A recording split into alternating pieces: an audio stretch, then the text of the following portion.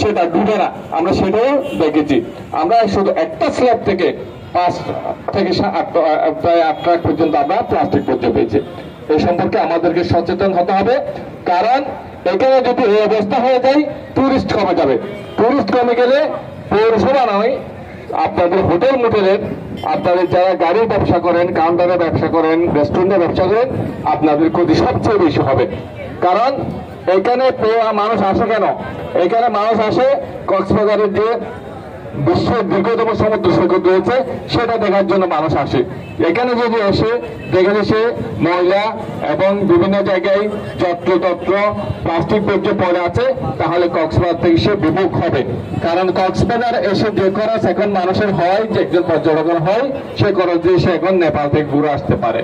পাশাপাশি আমাদের কক্সবাজারে যাতে পর্যটক না আসে সেই জন্য কুয়াকাটা চাই কক্সবাজারের বিরুদ্ধে প্রচারণা নেমে গেছে, তারা সবসময় করে।